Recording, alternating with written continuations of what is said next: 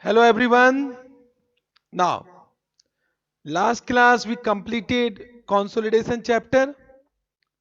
I hope you all have understood. Now, we'll start Ind AS 24 related party disclosure. Important from examination point of view. From this chapter also question may be asked. Yes sir.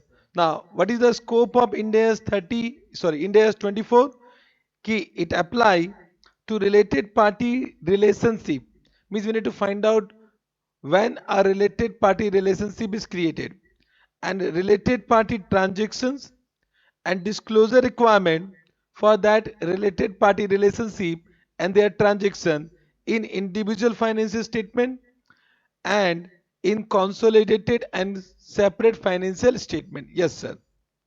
Now what is the meaning of related party? A related party is a related party is a person or entity. Means it can be either individual person or it can be entity related to reporting entity. Related to reporting entity means for reporting entity a person can be a related party or it can be entity, means entity can be a related party, but when the relationship will be created, that we need to understand. Now relationship has been given for person, it is given under para 9a, and with entities it is given under para 9b. So now we need to understand what is given under para 9a, what is given under para 9b. Correct. So types of related party relationship, one type is what reporting entity and person, the other type is reporting entity and other entity. Correct. So first we'll do relationship between reporting entity and person and person. Correct. This is given under para 9a. So there is para 9a 1, 2, 3. So how many para? Para 9a 1, para 9a 2, para 9a 3. So what para 9a says? He a person or close family member of that person. So a person and close family member of that person is related to reporting entity if that person has control or joint control of reporting entity, has control or joint control reporting entity, has significant influence over reporting entity, or is a member of KMP of either reporting entity or parent of reporting entity. I hope you have understood. Means now you know control as per Ind AS 110. Now you know joint control as per Ind AS 111. Now you know significant influence as per Ind AS 28. And KMP means key managerial person, which is defined under Ind AS 24 only. So what they say, person or close family member of that person is related to reporting entity if that person has control or joint control reporting entity, has significant influence over reporting entity, or is a member of KMP of either reporting entity or parent of that reporting entity. Means can I say, if I say Ram Limited, if I say Ram, Ram Control, Ram Limited, so can I say these both are Ram Limited and Ram are related party? Ram Limited has joint control over Sita Limited. So both are related party. Ram Limited has significant influence over Lakshman Limited. So can I say both are related party? Are you able to understand? Correct. And what they are saying, if Ram is a KMP, key managerial person, key manager person of any entity, then these two means Ram and that entity will be also what related party, will be also related party. And Ram is a if the Ram is a KMP of if Ram is a KMP of parent of reporting entity, means X Limited has suppose one subsidiary S Limited. So can I say Ram is a KMP of parent of subsidiary company? Therefore Ram and this subsidiary is also what? Ram and this subsidiary will be also what? Related party. Are you getting? So Ram is a KMP of parent. Ram is a KMP of parent of reporting entity. Correct? So can reporting entity and that Ram will be also what? related party. I hope you have understood. This is very simple. Yes, sir, we have understood. Then what is the meaning of KMP? KMP are those person having authority and responsibility, for planning, directing, and controlling the activities of reporting entity will be key managerial person. Correct now. Key managerial person will include executive director and as well as non-executive directors. Means any non-executive director can be also KMP if they have authority and responsibility for planning, directing, and controlling the activities of reporting entity. Correct. What is the meaning of close family member? Means when I say Ram, so with Ram, his all close family member will be also related to this entity. Correct now. So if Ram control Ram Limited, so all the close family member of Ram will be also related to Ram Limited. So who will come under definition of close family member? The close family member will include spouse, correct, domestic partner. The domestic partner is any person who is not legally married but living with what, that person. Correct now. So spouse, domestic partner, it will also include brother, sister, father, mother, pair, person's children. It will also include person children. It will also include children from spouse, correct now. Are you able to understand? So it will also include children from spouse. I hope you are understanding कि Mr. X and there is Mrs. X. Correct now. Are you able to understand? Correct. So any children of this person will be also related. Mrs. X is also related, and the children of Mrs. X from any other person will be also what? Close family member, will be also a part of close family member. I'm not going into deep, but I hope you are understanding. Correct. Children from domestic partner will be also included. Dependent of person spouse, dependent of domestic partner will be also close family member. Means the definition of close family member is very much wide under India's 24. I hope you have understood. Yes, sir. Then second, relationship between reporting entity and other entity. It will come under para 9b. So there are para 9b 1 to 9b 8. Means we need to understand 8 point. 1, 2, 3, 4, 5, 6, 7, 8. Yes, sir. First we'll come to 9b 1. So what they say, an entity is related to reporting entity. Any entity is related to reporting entity if any one of the following condition is satisfied. If any one of the following criteria satisfied. First, what they say, the entity and reporting entity are member of same group. When I say group consists of parent and subsidiary. Group consists of parent and subsidiary means any member in that group will be related to each other. So if I say parent has one subsidiary, then one have subsidiary 1, then this has subsidiary 2, then this have subsidiary 3, this have subsidiary 4. So these all are what, related to each other. This is known as one group. All will be related to each other.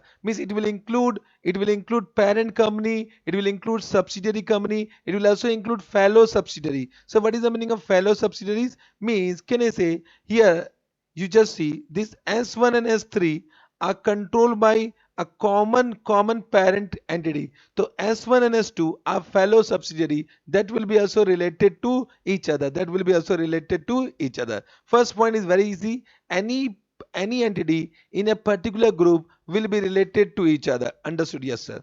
Then point number two, one entity is an associate or joint venture of other entity. One entity is an associate or joint venture of other entity or member of a group of which other entity is a member. Correct. One entity is an associate or joint venture of other entity. Means what they are saying, ki P Limited has one associate and has one joint venture. Correct now. Are you getting? So this P Limited and associate are related. This P Limited and joint venture are also related. Now this P Limited has one subsidiary.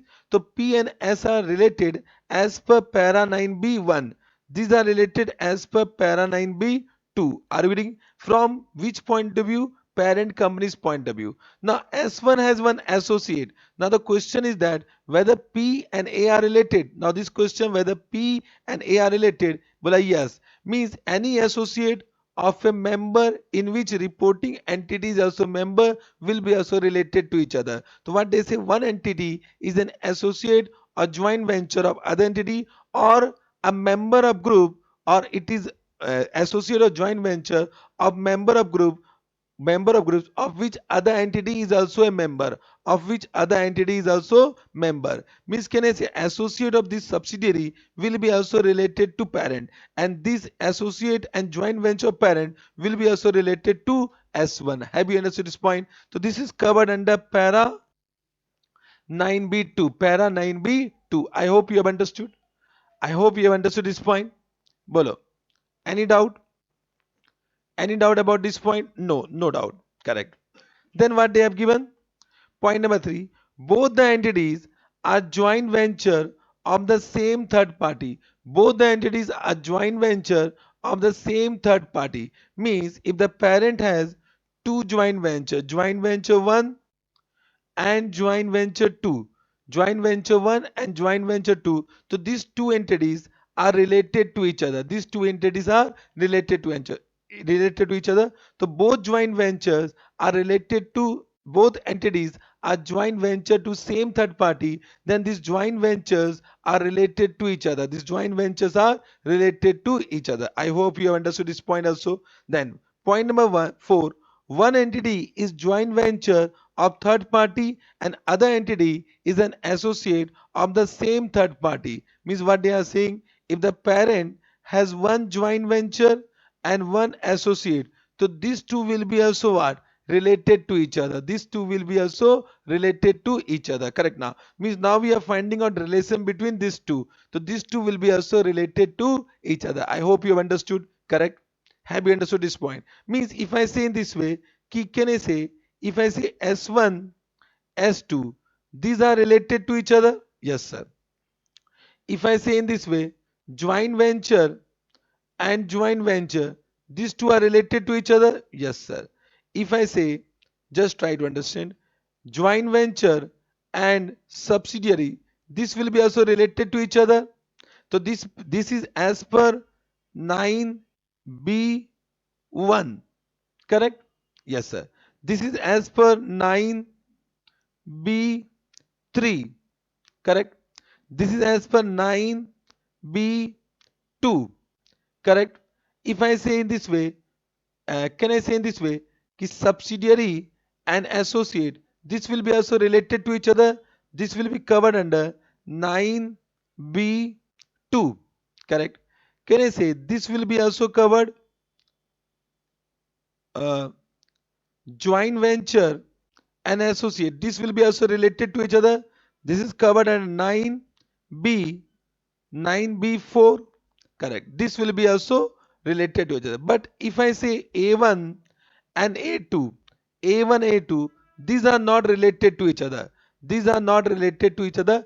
So co-associate are not related to each other. Means a1 and a2 are not related to each other. So these are not related party. These are not related party. Have you understood? So you can see S1 S2 are related because they have a common controlling party.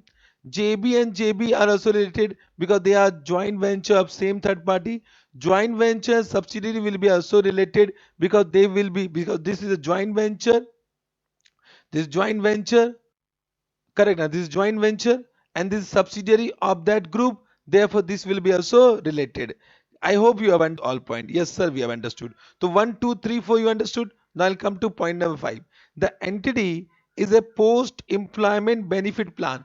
The entity is a post employment benefit plan for the benefit of employee of either reporting entity, for the benefit of the employee of either reporting entity or any related, or any entity related to reporting entity, or any entity related to reporting entity. So what they are saying, ki if suppose this is X Limited and they have one separate, we have done under India's 19 plan asset. Correct. Now so there is one post employment benefit entity. post employment benefit entity. So these are related to each other. These are related to each other. Correct now. So what they have said, post the entity is a post employment benefit plan for the benefit of employee of either reporting entity or any entity related to reporting entity or any entity related to reporting entity. Means any entity, suppose S Limited is there,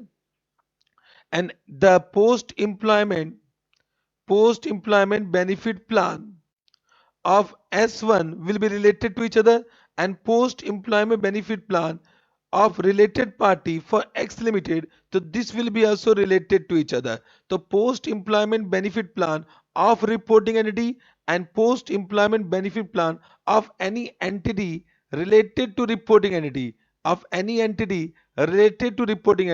will be also related to each other. I hope you understood point number 5. Yes sir.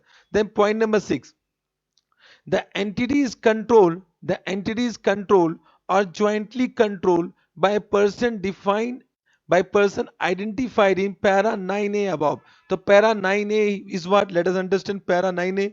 So para 9a means what? Para 9a means this all three. So can I say any person or close family member of that person is related to reporting entity if that person has control or joint control of reporting entity or has significant influence over reporting entity or is a member of KMP of either reporting entity or parent of reporting entity. Means what they want to say, just try to understand, the entity is controlled or joint control by a person identified in para 9a above. Correct now. Means if I say, just try to understand, कि our reporting entity is Ram Limited and we have identified Ram. Why? Because Ram control what? Ram Limited. So these are related as per 9A1, and Ram Limited also control Sita Limited. So these two will be what? Related to each other. This will be as per 9B6. This will be as per 9B6. Correct now. Have you understood this point? So any person which is identified, any person means any entity which is controlled or jointly controlled, any entity which is controlled, so any entity which is controlled or jointly controlled by a person identified in para 9a, identified in para 9a. I hope you have understood. Correct. Let us assume कि Ram Limited, everyone, Ram Limited has a significant, means Ram Limited, uh, let us understand this way, Sita has significant influence over Ram Limited. So again, these are related to each other as per 9A1, as per 9A2. So Sita Limited exercise significant influence over Ram Limited. Now Sita Limited control Sita control Sita Limited. Sita Limited. So these two will be also what? Related as per 9B6. As per 9B6. Correct now. So once again what I say, what I want to say, everyone listen. The entity is controlled or jointly controlled by a person identified in 9A. The by person identified in 9A. Correct now. So person identified in 9A can be a person which control the reporting entity or jointly control the reporting entity or has significant influence over reporting entity or is a KMP of reporting entity or is a KMP or parent of reporting entity. Are we able to understand? Yes sir. Means if I say in this way कि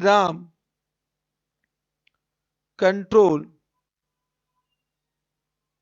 Ram control X Limited, and Ram also control Y Limited. Correct? So can I say this is what? Related as per 9A1. Can I say this is also related as per 9A1, and these are related as per 9B6. Understood? Yes sir. Then Ram has significant influence over Sita Limited. Correct? Ram has significant influence over Sita Limited. Correct? So can I say this is what? As per 9A2, and Ram control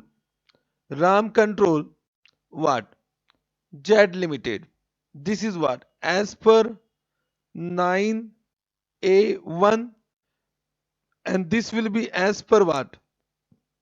As per 9B6. Are you able to understand? Yes, sir. Now, is a KMP. Ram is a KMP of Jet Limited. So can I say these two are related as per 9B3, and Ram control or jointly control, can I say any P Limited? So this will be related as per 9B6, as per 9B6. I hope you have understood. Correct? Yes, sir. You have understood. Yes, sir. Then what is the next point? Next point is what? A person identified in 9A1. A person identified in 9A1 means a person who is identified who either control or jointly control reporting entity. The person identified in 9A1 above has significant influence over the entity, or is a member of KMP of the entity, or a parent of the, or is a member of KMP of the entity, or of a parent of that entity, or a parent of the entity. Correct now. The person identified in para 9A1, a person identified in para 9A1 means a person who control or jointly control reporting entity. Correct now. He has what? Significant influence over other entity, so that will be, that two entity will be related. Has is a member of KMP of an entity, so that two entity will be also related. Means if I combine this point number 6 and point number 7, so what is the conclusion of point number 6 and point number 7? Just try to understand. If the ram if ram control X and control Y, these two will be related. If ram control X and has jointly control over Y, this will be also related. If the ram if the ram has joint control over X and joint control over Y, these two will be also related. If the ram has control and significant influence X and Y, so this will be also related. Are you getting what I am saying? If the ram has control and is a KMP, are you getting what I am saying? So this will be also related. If ram means, wherever I am writing joint control, you can also write down joint control and joint control. Then all the point will be automatically covered. Understood what I am saying? Yes, sir. Correct? Have you understood this point? Yes, sir. Yes, sir. If I say Ram, correct now. But has significant influence, then these are not related. So this will not be related party. Correct now. Yes, sir.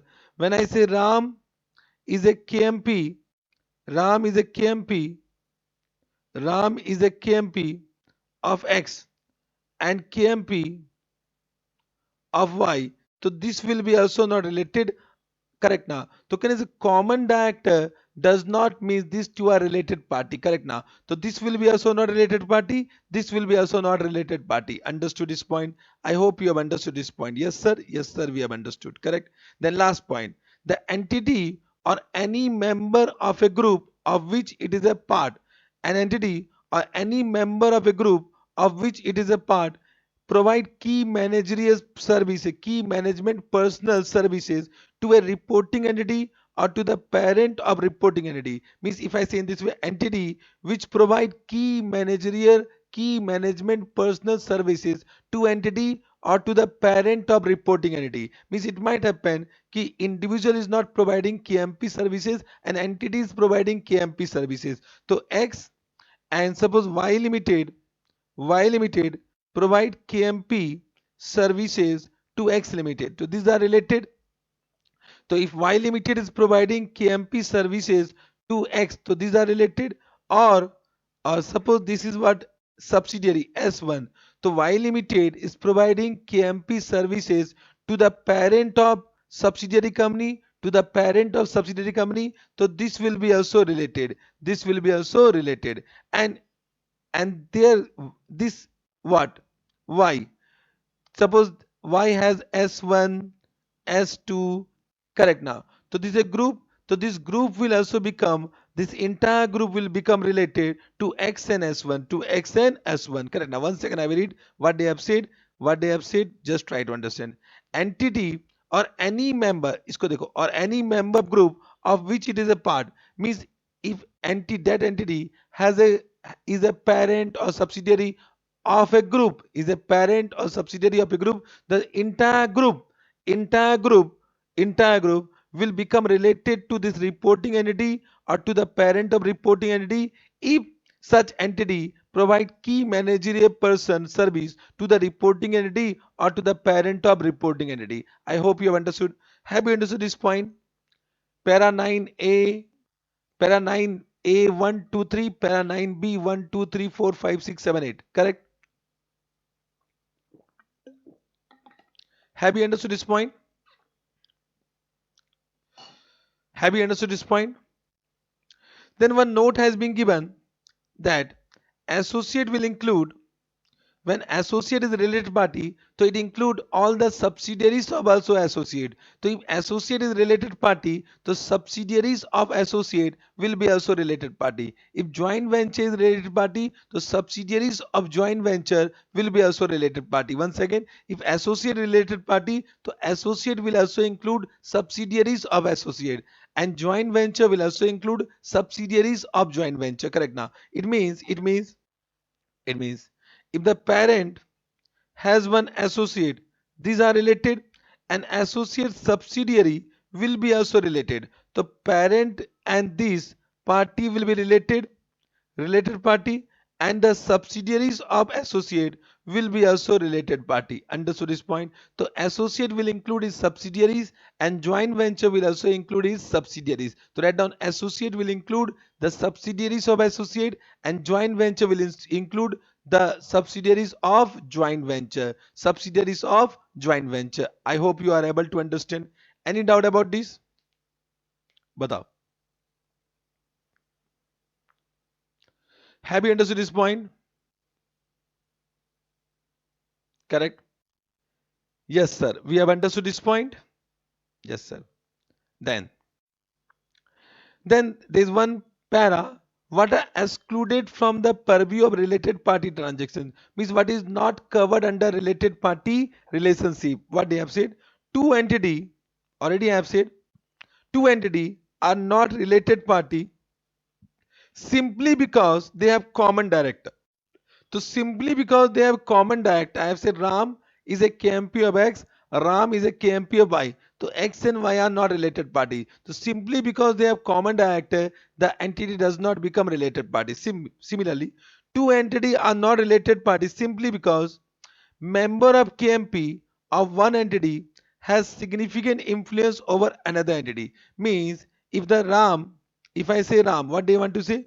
Two entities are not related parties simply because member of KMP of one entity has significant influence over another entity. So if Ram is a KMP of X and provides significant influence to Y, correct now, so these are not related party. Correct now, means one thing is clear that if you see this point, so one Ram has control or joint control over one entity.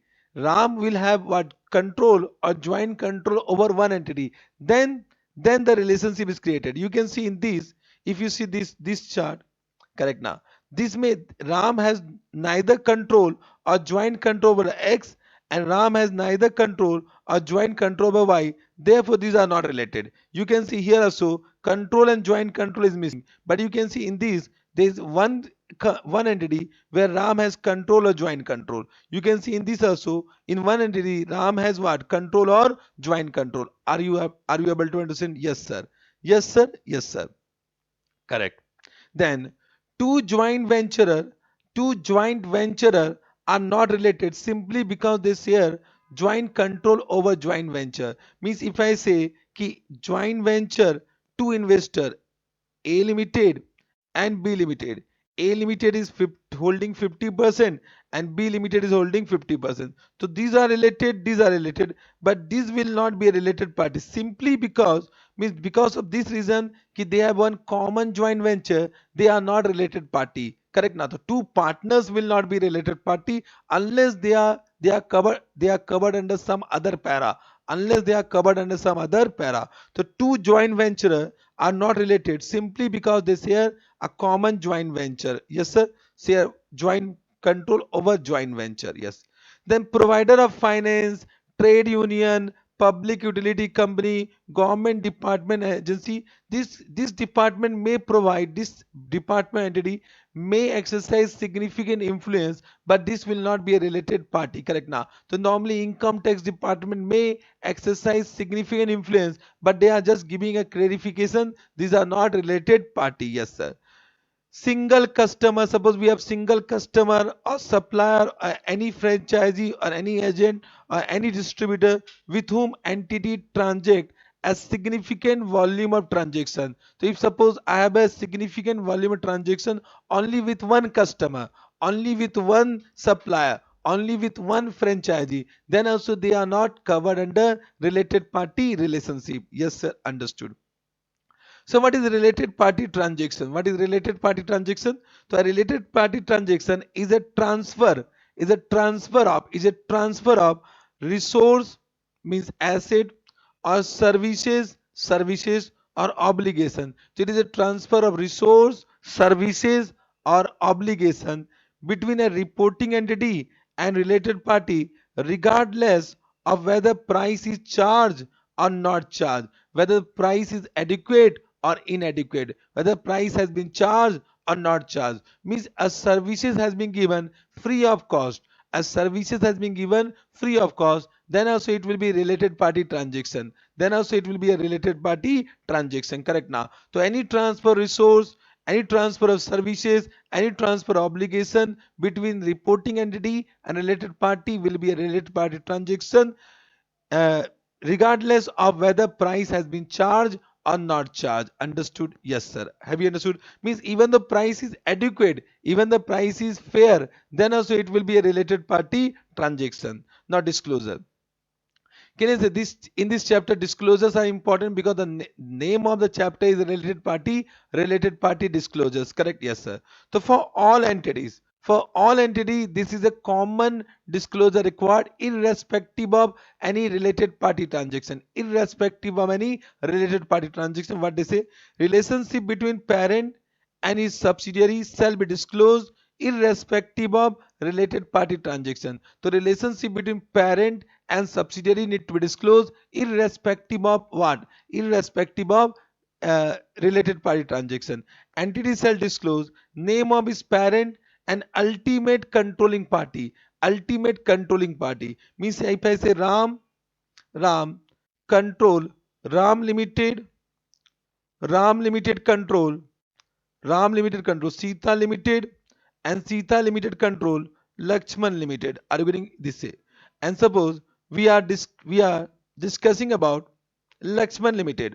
So for Lakshman Limited, this is the parent entity and the ultimate controlling party can be either person or entity. Correct now. So ultimate controlling party is Ram. So both name need to be disclosed.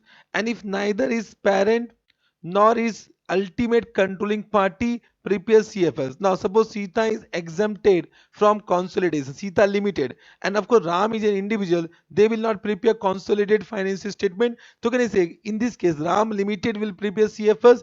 So Ram Limited name need to be disclosed. So if neither is parent nor is ultimate controlling party previous CFS, then the name of the next most senior party, the name of the next most senior party who prepares CFS will be also disclosed. The name of the next most senior party will be disclosed. I hope you have understood. Yes, sir.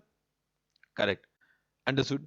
Now, disclosure of KMP compensation. What they say, an entity shall disclose KMP. KMP means key managerial person compensation in total and for each class of the following. In total and for each class, ki how much compensation which is related to short-term employment benefit, long-term employment benefit, post-employment benefit, termination benefit, and for share-based payment. For share-based payment, so this need to be disclosed in total and for each class of the following. Correct now. So entity shall disclose KMP compensation in total and for each class of the following. Yes, sir, we have understood.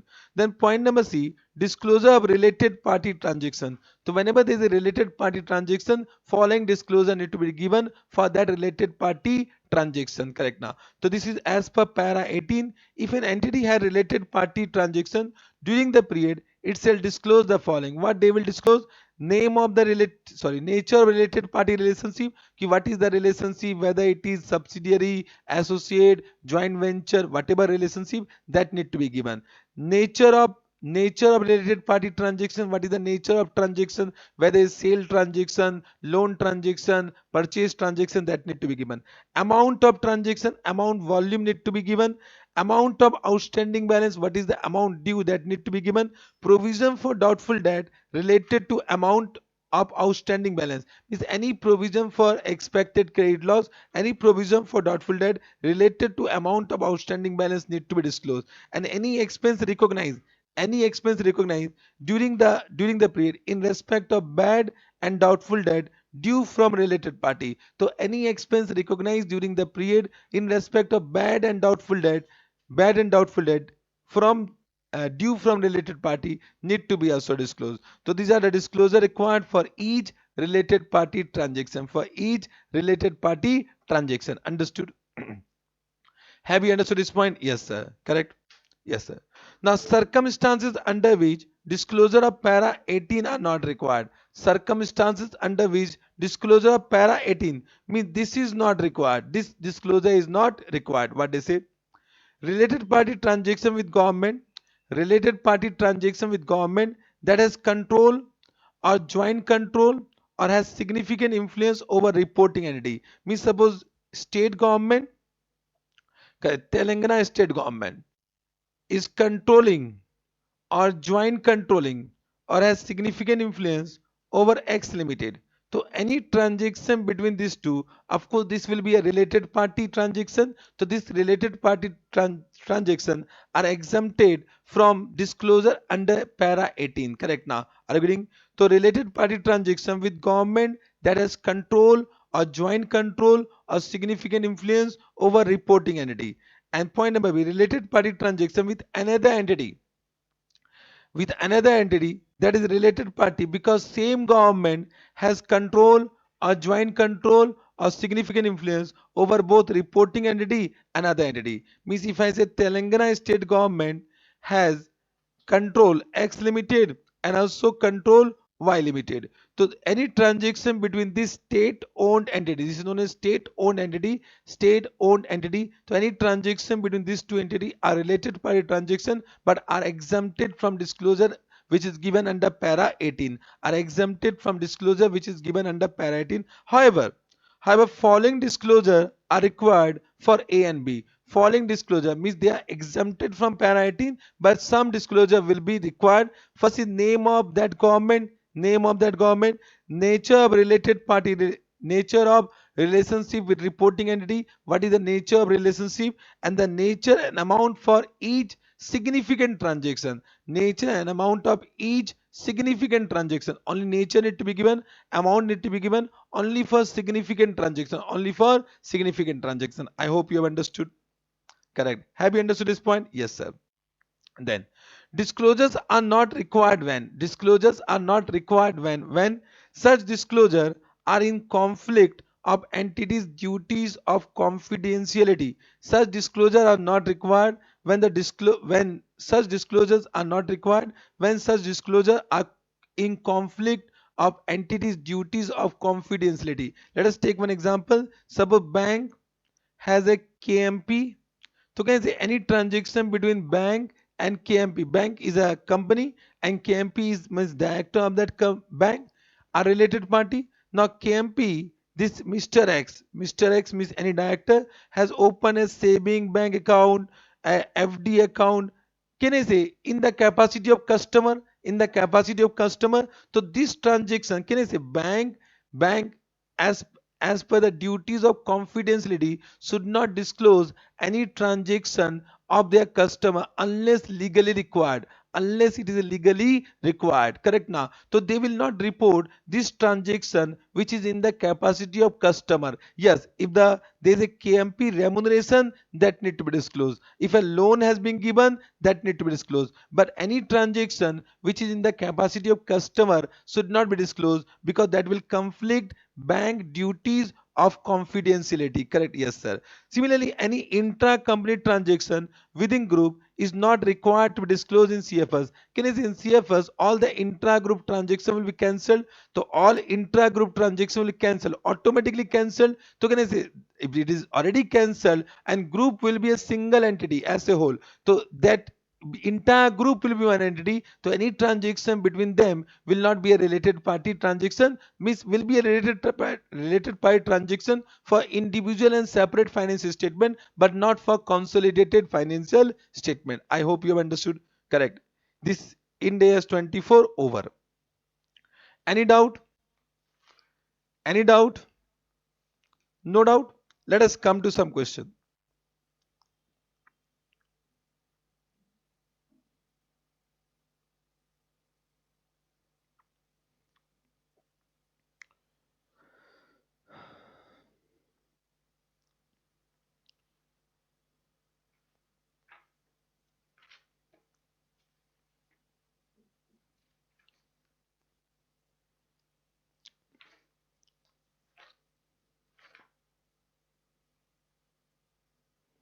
Come to question number 14.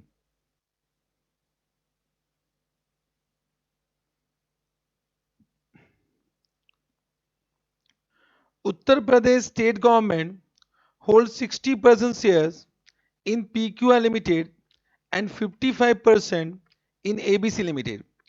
PQR Limited has two subsidiaries, namely P Limited and Q Limited, and ABC Limited has two subsidiaries, namely A Limited and B Limited. Means what they are saying? Uttar Pradesh government, state government, has 60% shares in PQR Limited and has 55% shares in ABC Limited, correct? And PQR Limited has two subsidiaries, namely P and Q. These are subsidiaries. And ABC Limited has two subsidiaries, namely A Limited and B Limited. Okay, sir. Correct. And Mr. KM, what they have said, Mr. KM is one of the key management personnel in PQR Limited. So Mr. KM is the KMP of PQR Limited? Yes, sir. Correct. What they have said. Determine the entity to whom exemption from disclosure of related party transaction is to be given. Also examine the transaction with whom such exemption applies. With whom such exemption applies. Correct. Now, also examine the transaction and with whom such exemption applies. So can I say any transaction between these two are exempted? Any transaction between these two are exempted. Any transaction between these two are exempted.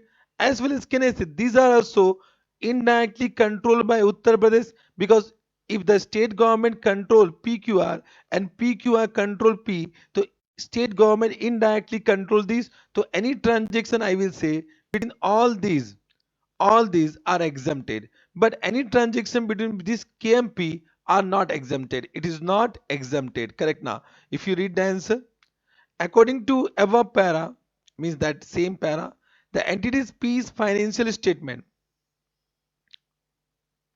Entity's P.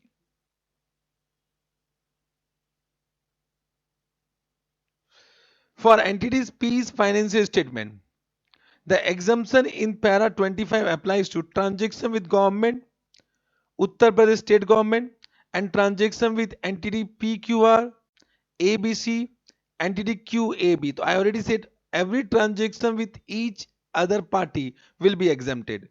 Similarly, similar exemptions are available to entities PQR, ABC, QAB, correct? Yes, sir. However, that exemption does not apply to transaction with Mr. KM. Hence, the transaction with Mr. KM need to be disclosed under related party transaction. Understood? Yes, sir. Yes, sir. What are the disclosure requirement for the entity which has availed the exemption? So, what are disclosure requirement? I've already said name of the government and nature of its relationship with the reporting entity. Correct now.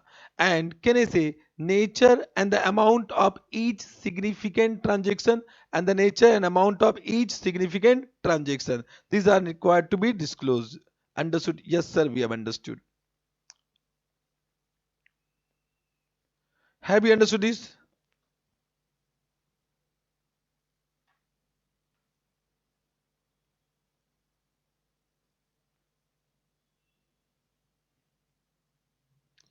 This question, one more question I will do. This one. Entity P Limited has a controlling interest in subsidiary SA and SB Limited and SC Limited. So entity P has a controlling interest in three subsidiaries in SA, SB and SC. SB, SA, SB and SC. Correct now. So can I say P has three subsidiaries SA, SB and SC. Chalega. Yes sir. Correct. Understood. P Limited also has significant influence over A1, A2. So has a significant influence over A1 and A2, has a significant influence over A1 and A2. Correct.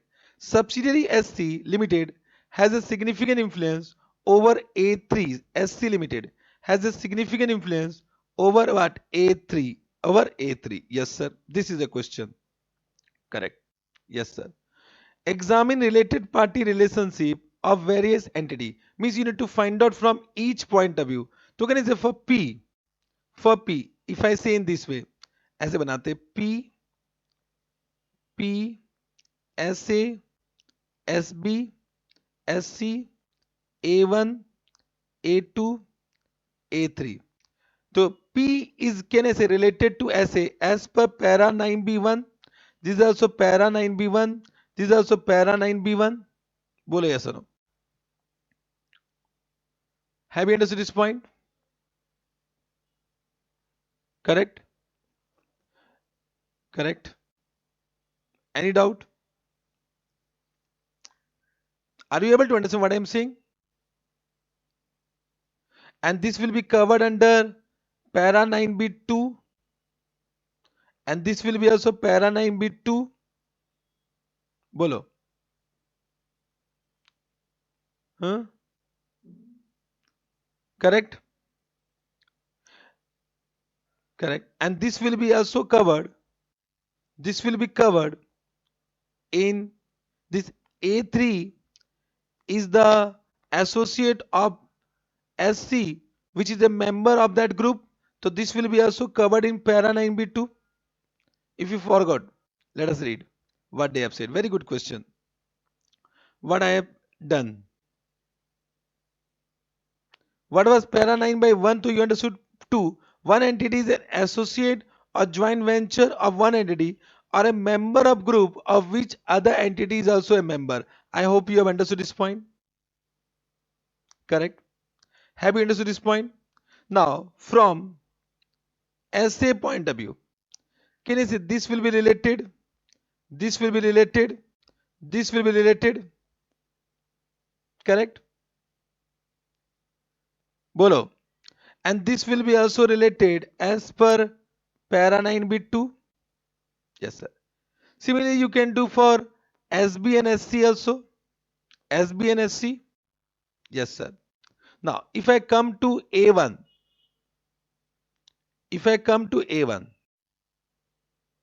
correct now. In the individual financial statement of A1, bolo, correct. This A1. Are you able to understand what I'm saying? Correct. So in the individual financial statement of A1 Limited, can I say this parent will be related as per 2, as per para 9b2? This SA will be also related as per para 9b2. This will be also related as per para 9b2. This will be also related as per para 9b2. Correct now. Now question arises whether A and A2 are related. Whether A and A2 are related. So these are not related. Whether A and A3 are related, A1 and A3, no, this is also not related. I hope you understood what I am saying. So A1, A2 and A3 are not related to each other. A1, A2 and A3 are not related to each other. Understood? Correct. Why? Because co-associate are not related party. Very good question, I will say. Correct. Now, if they ask in the SFS, so okay, in the SFS of parent company, okay. But if they ask in the CFS of parent company, so when we say CFS of parent entity, so this become one group. This become one group. So in CFS of parent company, can I say A1, A2 and A3 are related? In CFS of parent company, so A1 and A2 and A3 are related party. I hope you have understood. Correct now. Means this SC, SBSC in a group that will be a part of single entity. So very good question. You can do it by your own now. Correct. Other question you can try because once you have understood para 9a, para 9b, so all other question you can do by your own. I hope that with the solution you can easily understand. But once you do it, all the questions, because one questions come in exam now, this para 9a and para 9b should be in your mind. Then only you can write down. If you quote para 9a 1 2 3, para 9b 1 para 9b 1 2 3 4 5 6 7 8, so it create an impression and you will get full mark because every time the most of the time whatever question given they will be related party. If you are writing as per India's 24, they are related party, they will not give marks. Correct now? Yes sir. This you understood? Yes sir. Now we'll come to one more chapter.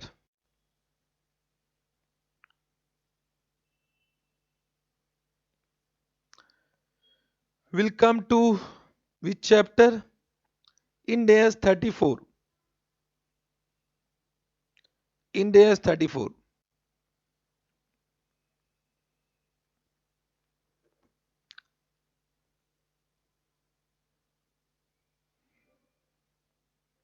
Interim financial reporting. Very simple India's interim financial reporting. So I hope it does not require revision, but I will give a quick recap of this chapter from examination point of view. Yes, sir. So interim financial report means what?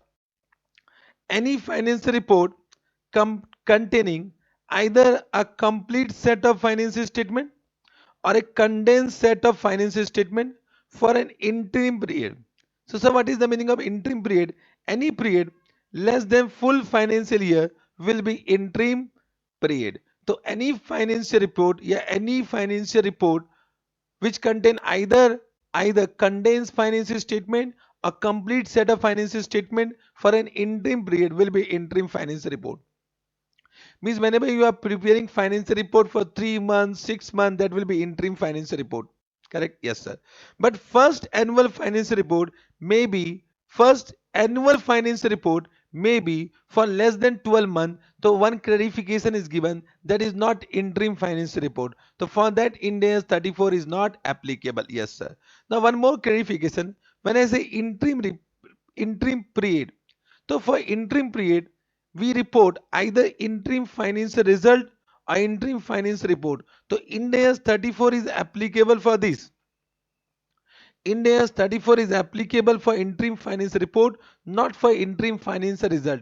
Interim financial result is only required as a limited review as per SEBI listing obligation disclosure requirement. So when we say interim financial result, for that SEBI listing obligation disclosure requirement is applied, and format is also prescribed by SEBI. For this format is prescribed by SEBI. So when we say interim financial result, that is a part of limited review. So for that Ind AS 34 is not applicable. So Ind AS 34 is applicable for interim financial report, which can be either voluntary, or it can be what? It can be either voluntarily prepared, or it can be prepared as per the requirement of any other regulation.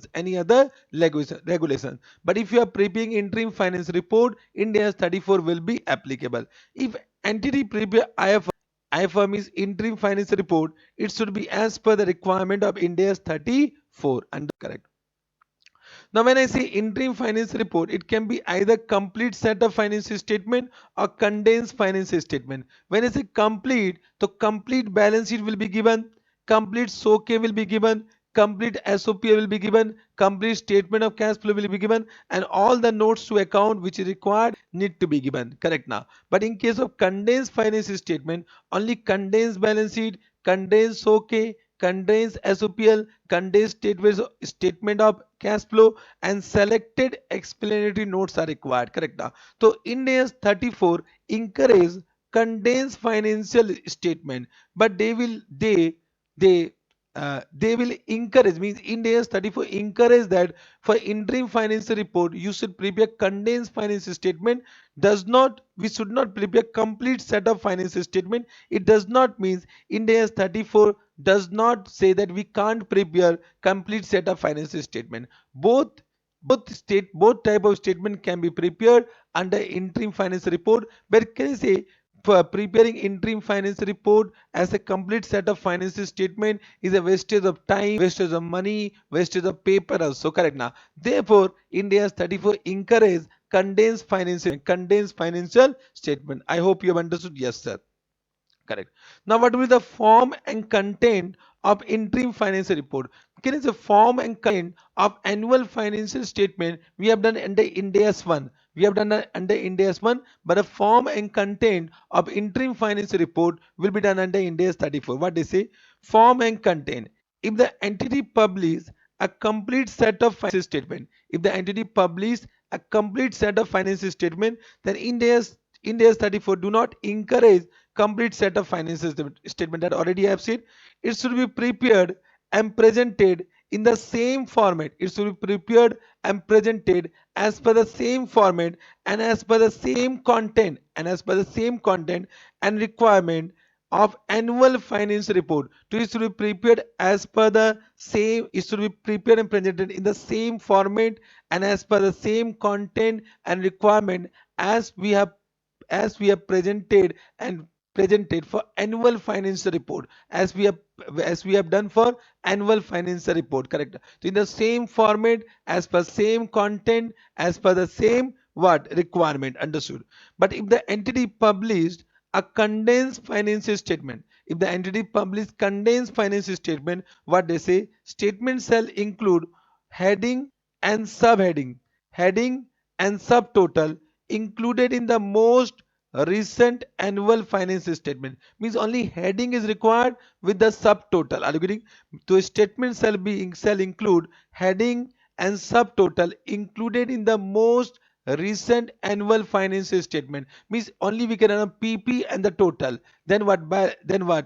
After PP we write down capital WIP total. Means their sub item is not required. Their sub item to be disclosed is not required. Correct. Additional line item, if their omission would make their additional line item will be required to be disclosed if their omission would make their condensed financial statement misleading. Means the additional line item may be required if their omission would make the condensed financial statement misleading. Correct now. In both cases, whether it is complete set of financial statement or condensed set of financial, basic earning per share and diluted earning per share for that period will be disclosed. So in case of condensed financial statement also, basic and diluted earning per share will be required to be disclosed. Understood? Yes, sir. Have you understood? Then Ind AS 34 has given some minimum information for selected explanatory notes for the condensed interim financial report that you can read by your own. This is required. Correct now. So there are 10 points which is required as a minimum information for the selected explanatory note. Means this much disclosure need to be given when you are preparing condensed financial statement. This you can do by your own because this type of question will not be asked. Correct now. Now period interim financial statement are required to be prepared. Period for which interim financial statement, interim finance are required to be prepared. So they have divided entities into two parts for non-seasonal business and for seasonal business. So for non-seasonal business, what they say, everyone just try to understand. Suppose we are preparing quarterly statement. This is quarter 1, quarter 2, quarter 3, 4. Quarter 1, quarter 2, quarter 3, 4. Are you able to understand? Yes, sir. Correct. And our interim period is quarter 2. Our interim period is quarter 2. Correct now. What they say, you need to prepare balance sheet as on this date and as on the end of previous year. As on the end of previous year, this will be required. Means as on the end of quarter 3, quarter 2 is not required. This is not required. This is not required. Correct. So this is required. Means comparative information is required balance sheet at the end of previous year. At the end of previous year. Say PL, SOPL. So they say we need to give SOPL for this period for quarter 2. For quarter 2 we need to what? Prepare what? Correct. And we need to also prepare a SOPL from the beginning to the end, from year to end, from the year beginning to the end. Similarly, a comparative information need to be also given for the quarter to a previous year and from beginning to the end. Correct, means 4 SOPL is required. And for for statement of not SOK, for SOK means statement of changes in equity, you need to give SOK for the year to beginning, for year beginning to end, means for the 6 month ending, means for the SOK is not required for the particular quarter. SOK is required for from year beginning till end. Correct? Yes, sir. Similarly, statement of cash flow is also required from beginning till end, means year to end. We call it year to end. YTE, year to end, year to end, year to end. Understood? Have you understood? So this much statement is required. So get two balance sheet, 4 SOPL, 2 SOK, 2 statement of cash flow. Have you understood this point? You can read from this also. This is given beautifully. Then for seasonal business, what need to be done? For seasonal, more comparative information is required. So for seasonal business, if there is a seasonal business, then what need to be done? Same example I am taking quarter 1, quarter 2, quarter 3, 4, quarter 1, quarter 2, quarter 3, 4. And suppose this is what quarter, this is our interim period. This is our interim period. Understood? Yes, sir. So for balance sheet, what they say, we need to give balance sheet as on quarter to end and as on previous year end and as on previous year quarter to end, as on previous year quarter to end, because it is seasonal business. So it might happen this information are not comparable with this information because this is seasonal nature. So you need to give balance sheet of this 2 quarter also, balance sheet at the end of each quarter also. Correct. For SOPL, what they have said, you need to give quarter 2 and year to end, and also you need to give SOPL for 12-month ending to the end. Means you need to give for 12-month ending, means from this to this date, means 12-month ending need to be given. 12-month ending till quarter to end need to be also given. Similarly, comparative information, this need to be given, this need to be given, and 12-month ending SOPL need to be also given. Have you understood this point? Have you understood this point? Now for SOK, what they said, it need to be given from year to end, comparative also year to end, and a 12-month ending so K need to be also given. Similarly, for statement of cash flow, uh, year to end and year to end should be given, and as well 12 month ending need to be also given. 12-month ending need to be also given. Understood? Correct. I hope you have understood this. You can read from this key what is required. They till now they have not asked any question based on this, but they may ask a question based on this. Have you understood this point? Have you understood this point? Bol.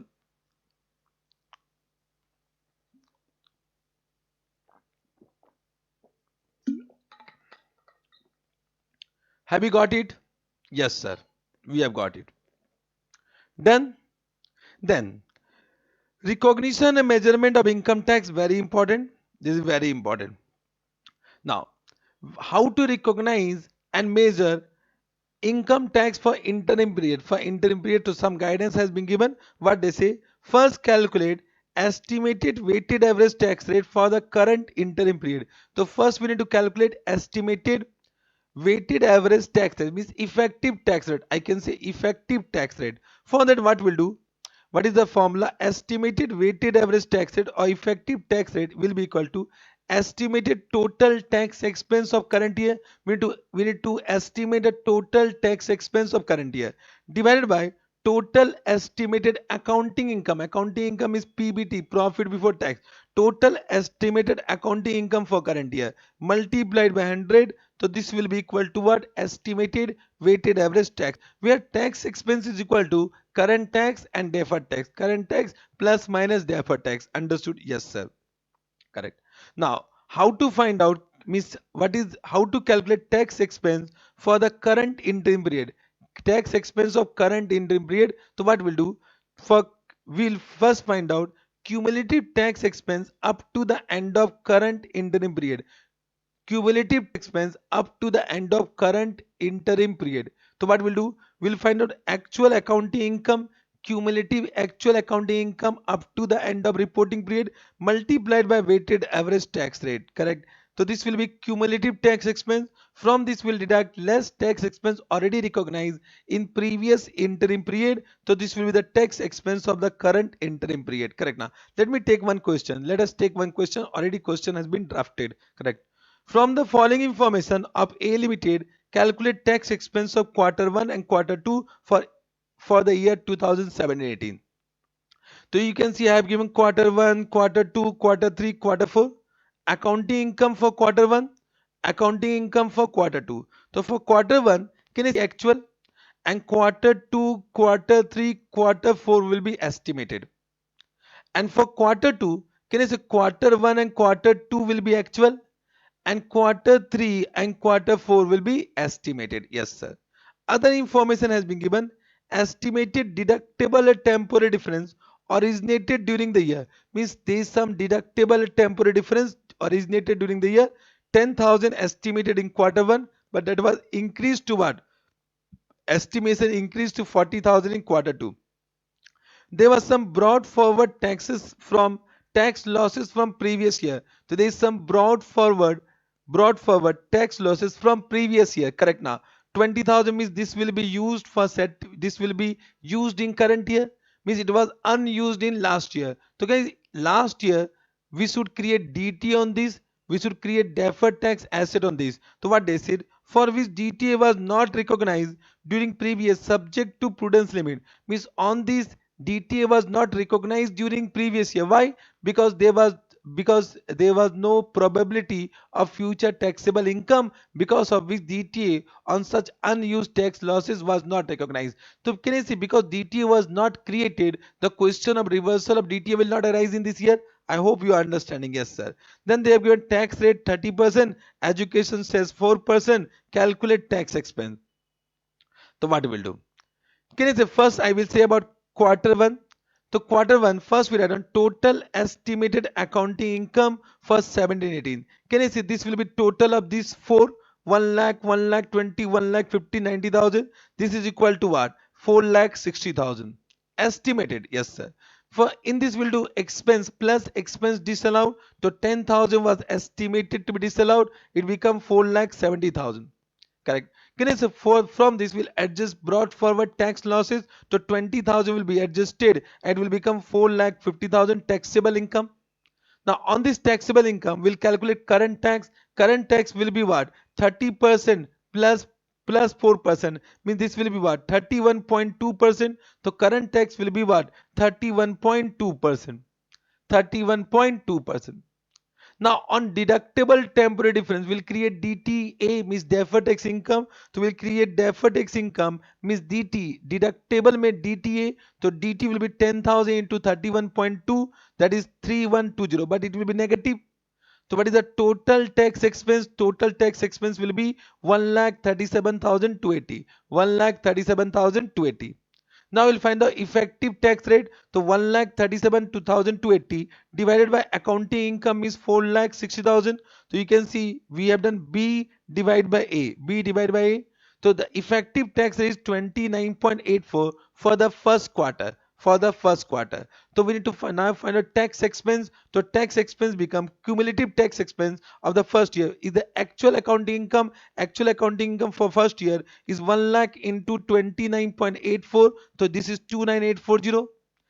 29840. So can I say this is the expense of first quarter only, and there is no tax expense recognized in previous quarter. So this will be the tax expense of quarter one. Tax expense of quarter one. I hope you have understood. Means I have taken a good question. I am not taking simple questions. Simple question you can find out in ICI study module. Means if you go through exam questions that are very simple, this type of question till now not asked.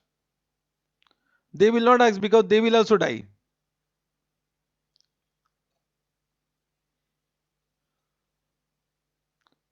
बोलो.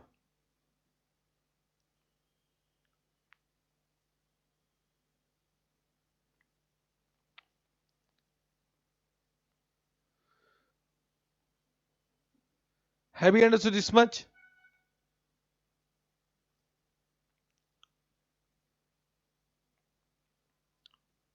Yes, sir. Now we'll come to quarter two. Can you say quarter two total accounting income, total estimated accounting income of quarter two will take. So this will be the sum total of these two. The sum total of these four, it will come how much? 5,50,000. Now our estimated expense to be disallowed is 40,000. So this become 5,90,000. Then we'll do plus, then we'll do adjustment of brought forward losses. This become 5,70,000. On 5,70,000, we'll apply the current tax rate. At current tax rate is what? 31.2%. So this become what? Current tax. Correct.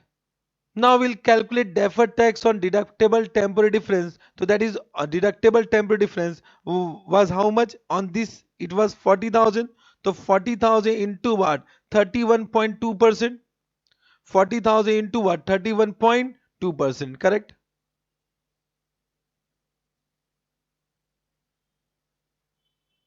Bolo. Have you understood this point?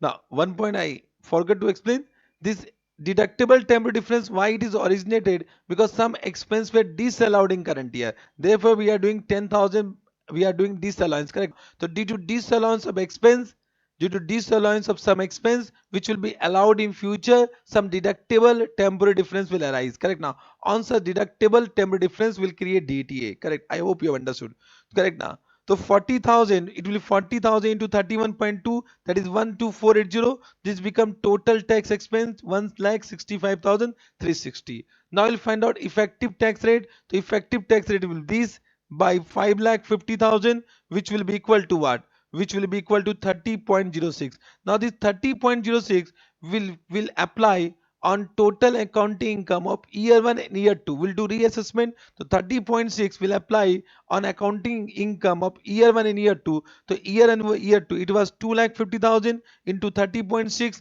that is 75150. From this we deduct this become the tax expense of year quarter 2.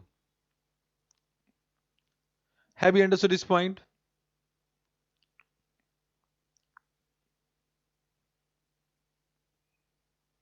Have you understood?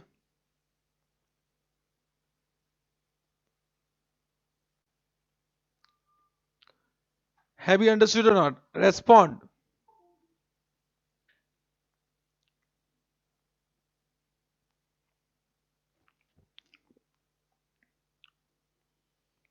Have you understood this point?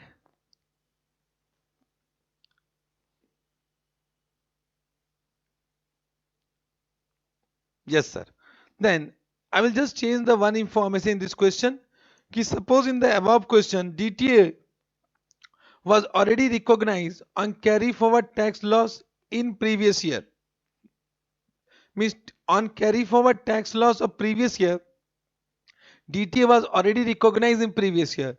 So if DTA was already recognized in previous year, when the tax loss was used, it will be reversed. It will be reversed. Only one changes. So can is it up to taxable income? The first example and second example will be same. Correct. On this taxable income, will create current tax. Then can I say will create DTA will be created on expense allowed, that is 3120, but DTA will be also reversed. So DTA reverse for unused tax losses, that is 20,000 into 31.2. This point you have understood. So DTA reverse.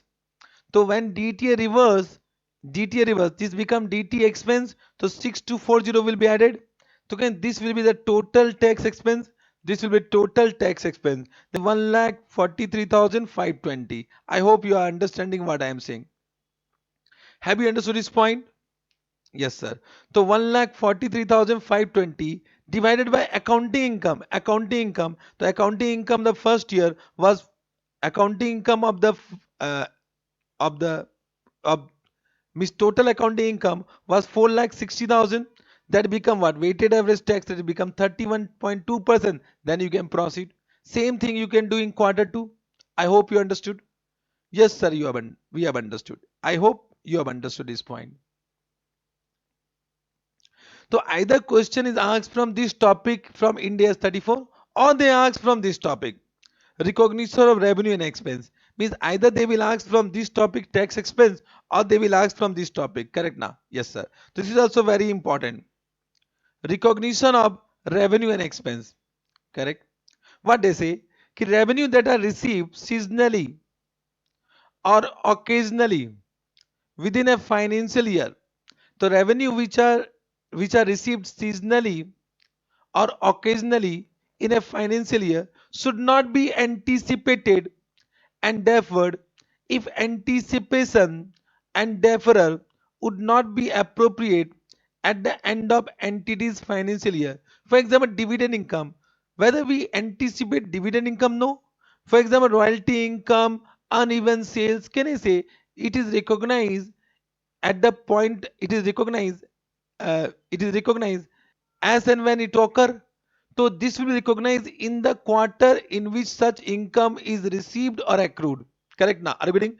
So revenue that is received seasonally or occasionally within a financial year should not be anticipated or deferred.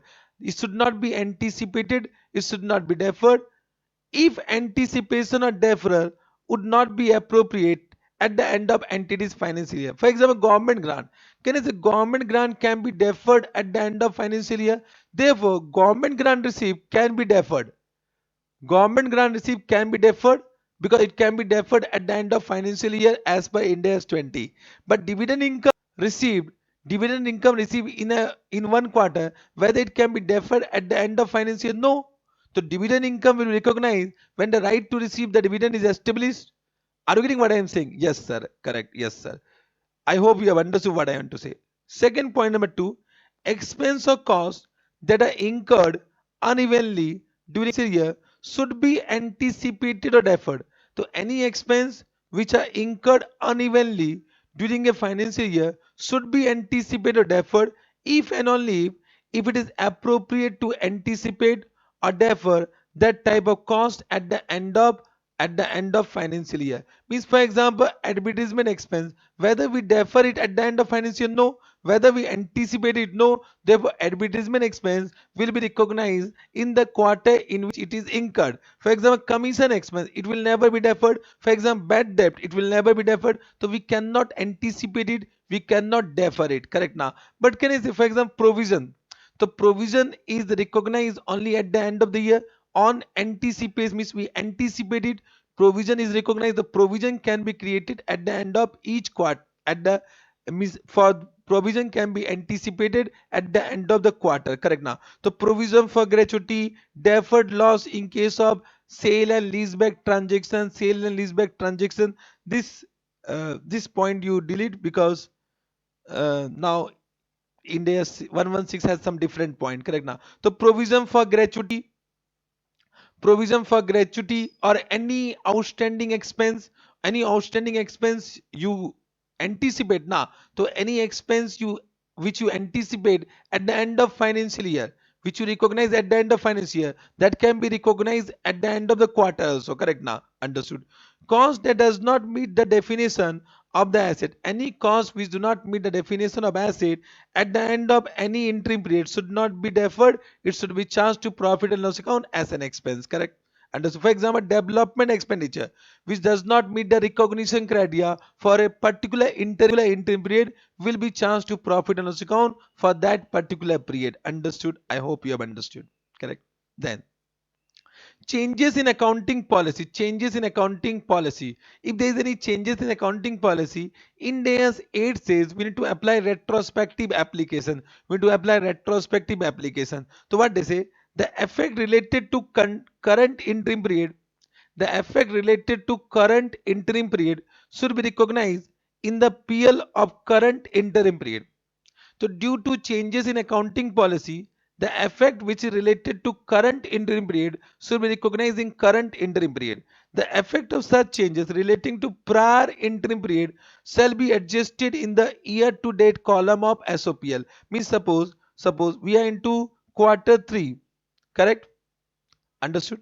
So can I say we'll prepare SOPL of quarter 3 and we will also prepare quarter 2, quarter 1 plus quarter 2 plus quarter 3 column also. Correct now. This is current year and we'll give comparative also. Previous year comparative quarter 3 and we'll give quarter 1 plus quarter 2 plus quarter 3. This comparative information will give. Suppose there is changes in accounting policy from FIFO to weighted average. Correct now. And because of this, in current year, there is what? There is increase in expense by increase in expense by 20,000. But out of this, quarter 3 is what? Only 5,000, and balance related to quarter 1 and quarter 2. So it means 5,000 will come यहाँ पर, and in quarter 1, quarter 2, quarter 3 it will be 20,000. Similarly, due to the changes in accounting policy, what is the comparative amount that will also come? Correct now. Are you able to understand? Because we apply retrospective application. Correct. Understood. Even comparative amount of previous year need to be adjusted, but this is only for changes in accounting estimate. For changes in accounting estimate, can I say entire effect will be given in the quarter in which changes are made? Entire effect will be given in the quarter in which changes are made. Correct now. So for changes in accounting estimate, entire effect will be given in the quarter, means in the interim period in which such changes has been made. Understood? Yes, sir. Understood. Correct. Reversal of impairment loss. So as per Ind AS 36, can I say reversal of impairment loss of goodwill is not permitted? Same thing is given. An entity shall not reverse an impairment loss recognized in a previous interim period in respect of goodwill. So any impairment loss already recognized for goodwill cannot be reversed in what? In the current interim period. Understood? Yes, sir. This is Ind AS 34 over. Let me take two questions. I will take two questions which I think can be asked in exam. Correct?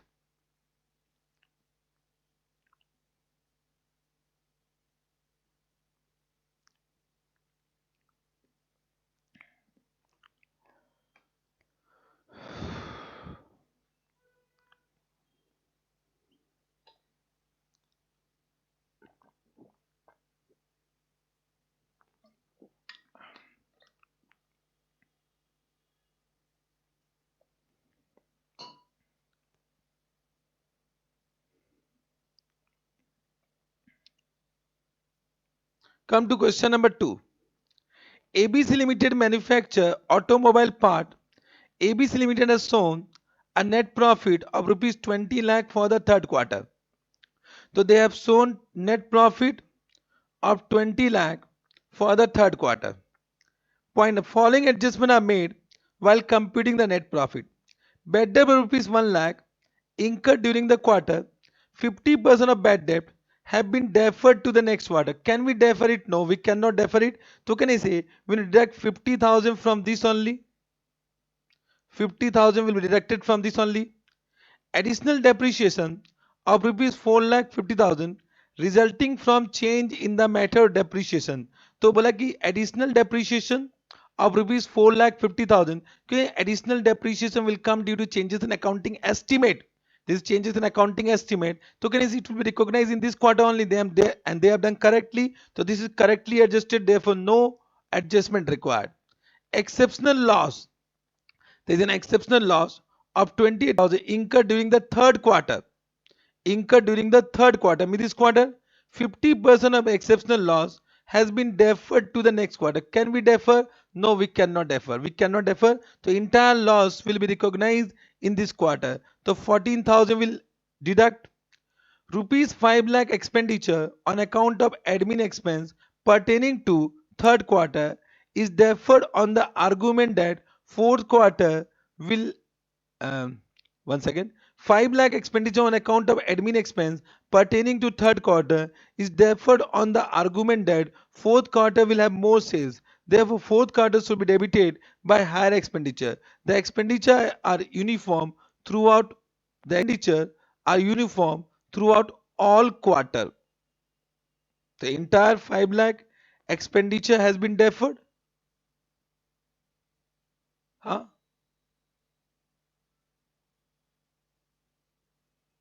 Correct now.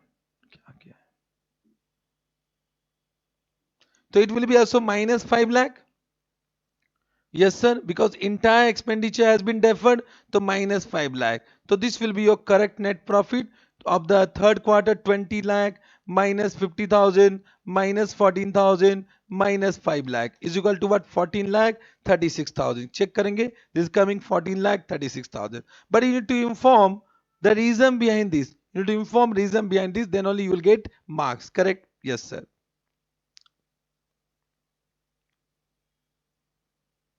This is a very simple question.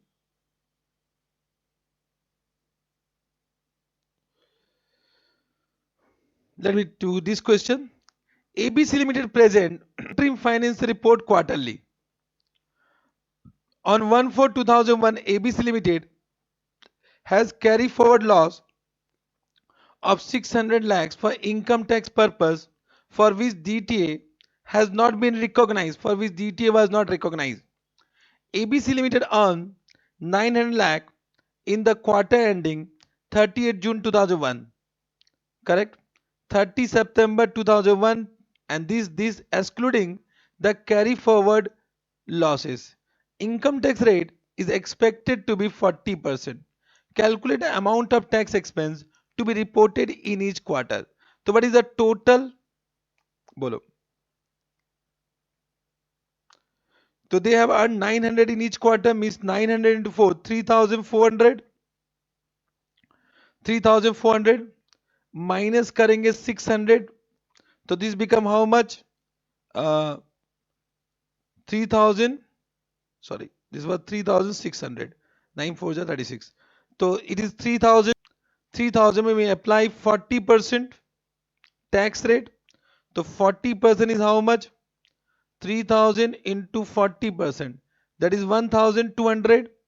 Then we'll find out effective tax rate. Effective tax rate will be 1,200 divided by 3,600. Correct?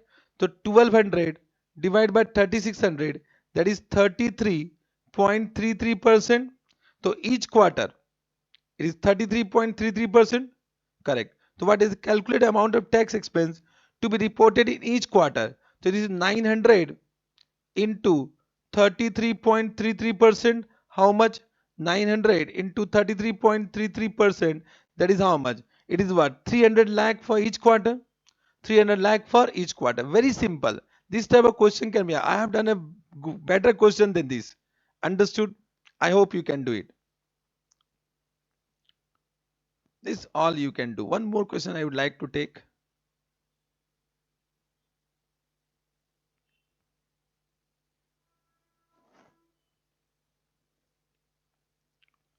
This question. Question number 12.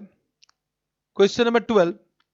Antra Bharti Limited reported a PBT of rupees 4 lakh for the third quarter ending on 30th September 2011. On inquiry, observe the following. Give the treatment required under Ind AS 34. So how much profit? 4 lakh? Yes, sir. Then they have said, point number one, dividend income of 4 lakh received during the quarter has been recognized only to the extent of 1 lakh. So can is entire dividend income will recognize? So only 1 lakh recognized. So we'll add 3 lakh. 3 lakh add kar denge? Yes, sir. 80% of sales promotion expense rupees 50 lakh incurred in the third quarter has been to the fourth quarter as the sales of the last quarter is high. Wrong. Can I say entire sales promotion need to be recognized in this only? So 15 into 80% means 12 lakh will be deducted. Yes, sir. Yes, sir. In the third quarter, the company changed depreciation method from WDB to SLM, which resulted in excess depreciation of 12 lakh. The entire amount has been debited third quarter. Correct only. So the share of third quarter is this. This is wrong. So entire will be charged in the third quarter in the period in which the changes in accounting estimate occur. So this is correct. Rupees 2 lakh extraordinary gain. Extraordinary. Now there is no extraordinary gain. You can have an exceptional gain. Exceptional gain. The rupees 2 lakh exceptional gain received in the third quarter was allocated equally to third and fourth quarter. Wrong.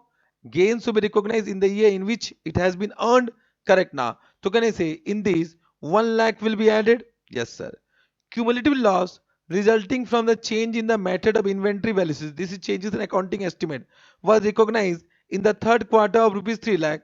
Out of this, loss of 1 lakh relate to previous year. This is wrong. Entire 3 lakh was recognized in this quarter. Wrong. So only 2 lakh should be recognized. So 1 lakh should be added back. So we'll add back what? 1 lakh. Yes, sir.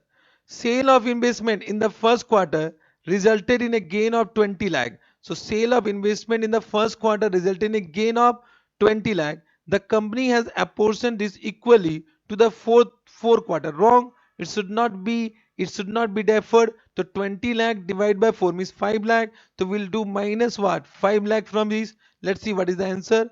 4 lakh plus 3 lakh minus 12 lakh plus 2 lakh minus 5 lakh. So negative 8 lakh is the answer. Negative 8 lakh is the answer. I hope you have understood. Let's see what is the answer. Negative 8 lakh is the answer. Understood. Have you understood this point? Yes, sir. We have understood. Correct. One question of 14 also let us see.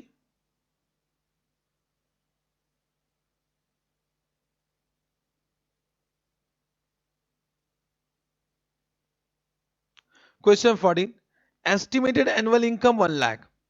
Inclusive of estimated capital gain earned in quarter 2. There was a capital gain of 20,000 which is included in 1 lakh.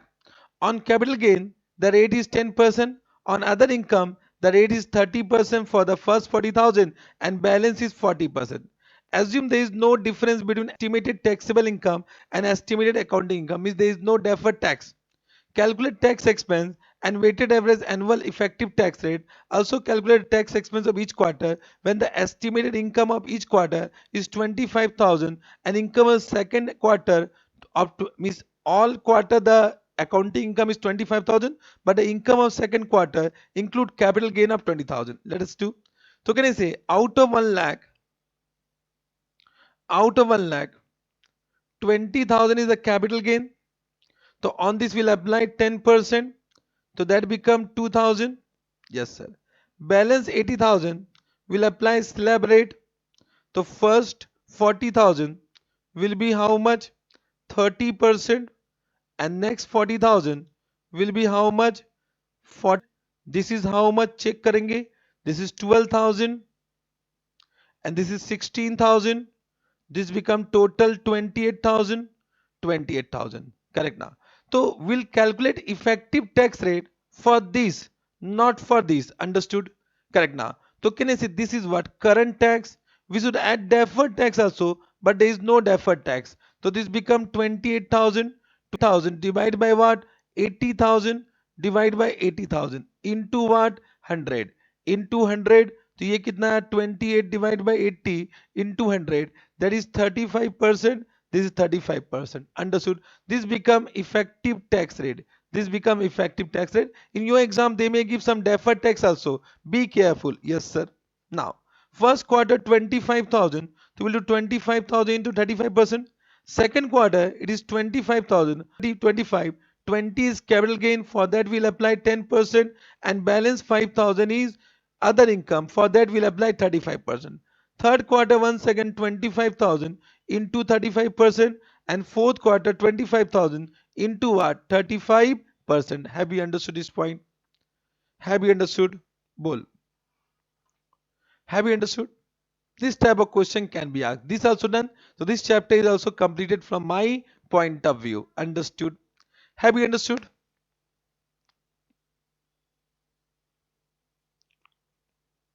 Correct? Yes, sir. So this much we have done India's 34. We have done India's 24. I will request you to go through consolidated financial statement. Any question if you find that you want explanation for that, of course I will do for you. So just go through consolidated financial statement. Any question, any question number, if you find it is difficult, just inform me. We'll do that. Correct now? Correct. So for today, this much only. Thank you very much. We'll meet tomorrow. Till then, bye bye. Take care. Enjoy your remaining day. Bye bye.